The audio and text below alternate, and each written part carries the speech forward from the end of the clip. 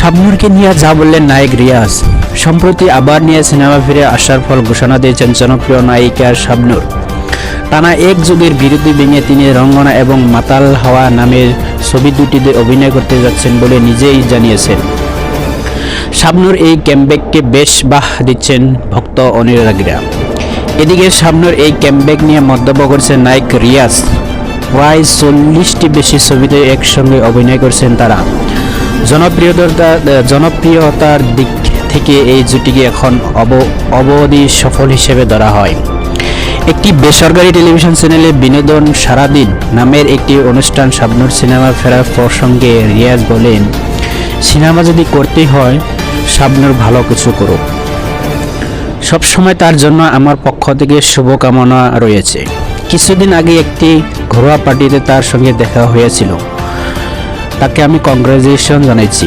তবে আমি বলবো, যদি শাবনূর সিনেমা করতে চায় তাহলে এতদিন বিরতি থাকার মানে কি ছিল? আসলে অনেক সময় আমরা নিজেদের মতো করে সিদ্ধান্ত নিয়ে ফেলি। শাবনূর কেন এই সিদ্ধান্ত নিয়েছে তা জানি না।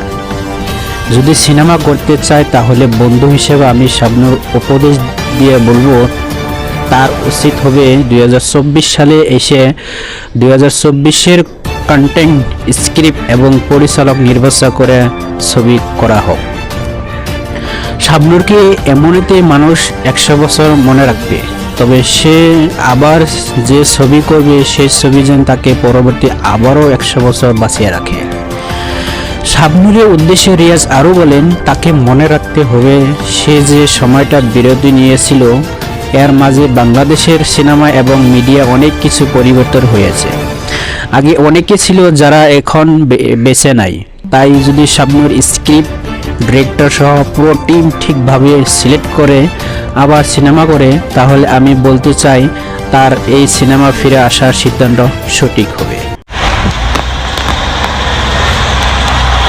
ছোট্ট একটা জীবন নিয়ে পৃথিবীতে কেন বলো আশা, অনন্তকাল ভালোবেসে ফুরাবে না তোমাদের ভালোবাসা। Love you all, love you আমার যারা ভক্তবৃন্দ আছে, লাভ ইউ আমার দর্শকদের, লাভ ইউ আমার বন্ধুদের, love you, love you, love you.